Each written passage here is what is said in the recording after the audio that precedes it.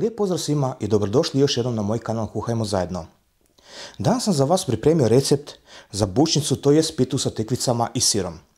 Za današnji recept bit će nam potrebno 4 male tikvice, 275 g sira, 200 ml vrhnja, kore za pite i savijeće, 2 jaja, sol, ulje i uz to će nam trebati i malo mineralne vode.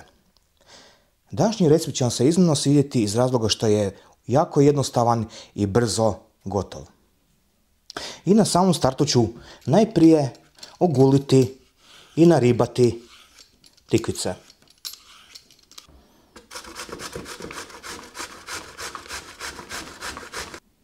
Kada ste ogulili i naribali tikvice, posut ćemo ih sa 15 g soli te sve promiješati. Sada ćemo ostaviti tikvice neki 10 minuta da puste vodu, a zatim ćemo ih ocijediti. Za to vrijeme dok čekamo da tikvice puste vodu, pripremit ćemo drugi dio nadjeva i u drugu zdjelu ćemo staviti sir, vrhnje, jaja i 5 g soli. Vrijeme je da ocijedimo tikvice i dodamo ih u smjesu.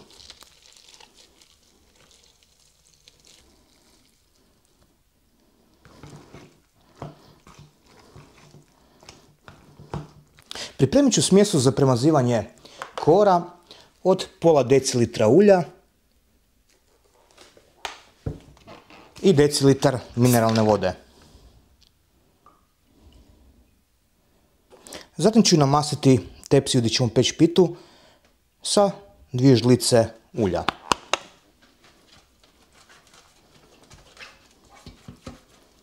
I sada onaj najzanimljiviji, najzabavniji dio posla, a to je nadjevanje kora. Uzmite po dvije kore, ovako. Ovo su stvarno loša kvaliteta, no stvarno to nema nikakve veze. Uzmite po 2 kore. Zatim uzmite smjesu za namakanje od mineralne vode i ulja i jednostavno namažite ovako. Samo unutarnji dio gornje kore. Evo. I sada uzmemo nadjev. Ja preferiram žlicu, a vi možete vilicom, žlicom, s čime god želite. I nadjenite. Ja recimo radim ovo tako što nadjenem ove krajeve. Prvo, tako vi. Nadjenem ove krajeve tako da mi krajevi budu puni, da ne budu prazne kore. I onda ostatak, sve 3-4 žlice nadjeva, evo, nadjenem ostatak, tako.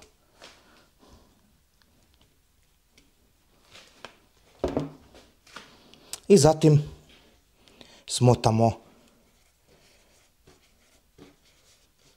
kore. Evo ga, ovako. I gledamo da ovaj donji preklop bude dole. Evo ga. Tako. I vaša pita bi trebala izgledati ovako kad je gotova. I sada onaj finalni, najvažniji dio gdje svi griješe zašto im pita ne ispadne dobro, iako čak možda rade na isti ovaj način kao i ja. Vrlo je važno da kad ste ovako zamotali kore, zamotali ste pitu, uzmite onu posudu gdje ste imali smjesu za mašćenje kora, dodajte unutra još jedno decilitar mineralne vode. I sada ćemo sve ovo premazati sa mineralnom vodom. Ovo je jedan vrlo važan korak gdje svi manje više griješe jer jednostavno samo ubace ovako pitu u pečnicu i onda se ove kore, sve kore zagore jer su one i jako tanke, jako su osjetljive, to se sve zagori i onda to ne izgleda iskreno nikako i nije ukusno, bude gorko i svakako. Dakle, najvažnije je sada kada ste smotali tu pitu da nju se još dobro namoči sa mineralnom, od nje će se tijesto napuhati i najvažnije kore će se napiti, tekućine koje nemaju, ovo su suhe kore, ovo su kupovne kore, znači nemaju onakvu vlažnost kao domaće vučene kore. Sada još jedan važan korak, to je meni specifično, ovo je baš specifično za moj način pečenja pita. Ja kada napravim pitu obavezno stavim aluminijsku foliju i prvih 15 minuta pečem pod aluminijskom folijom svaku pitu sa ovim kupovnim korama. Svaku pitu ja radim ovako, stavim aluminijsku foliju i pečem 15 minuta sa aluminijskom folijom jer će se unutra sve upariti od te tekućine i kore će upiti svu tekućinu i što je najvažnije, neće se onaj gornji dio koji je najosjetljiviji, najgornja kora neće zagoriti. Dakle, sad stavljam u pećnicu na 180 stupnjeva ventilator, to je znači otprilike 200 stupnjeva bez ventilatora, znači 180 stupnjeva ventilator na 40 minuta.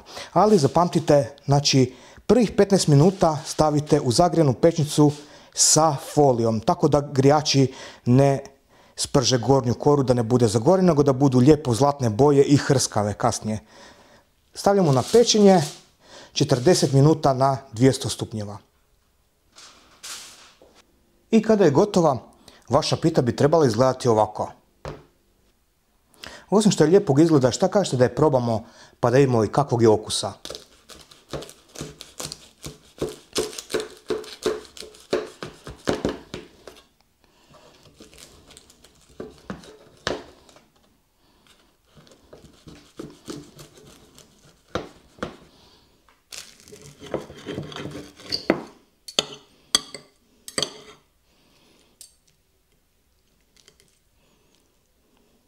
Savršena je pečena.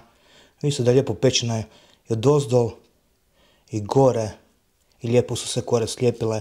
Baš pomaže puno kada stavimo foliju prvih 15-20 minuta pečenja. Savršeno pomaže da bude savršeno ispečeno sa svih strana. Da pravimo kakav je okus pite s tikvicama.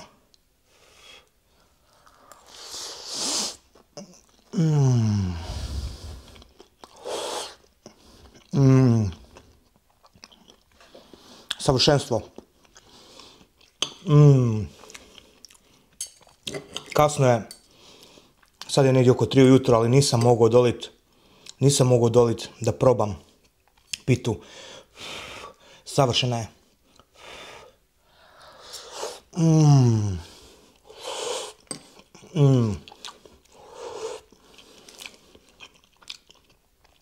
Ovo možete vidjeti kako je savršeno ispečena sa svih strana, hrskava. Nego pucketa, slušao. A nije zagorila nigdje, to je najbolji dio, nigdje nije zagorila. Savršeno je pečena svugdje, tijesto je savršeno pečeno, gore je hrskavo. Savršeno. Još jednom, hvala svima na gledanju, hvala svima koji pratite i gledate moj kanal. Molim vas, pretplatite se i dobar tek.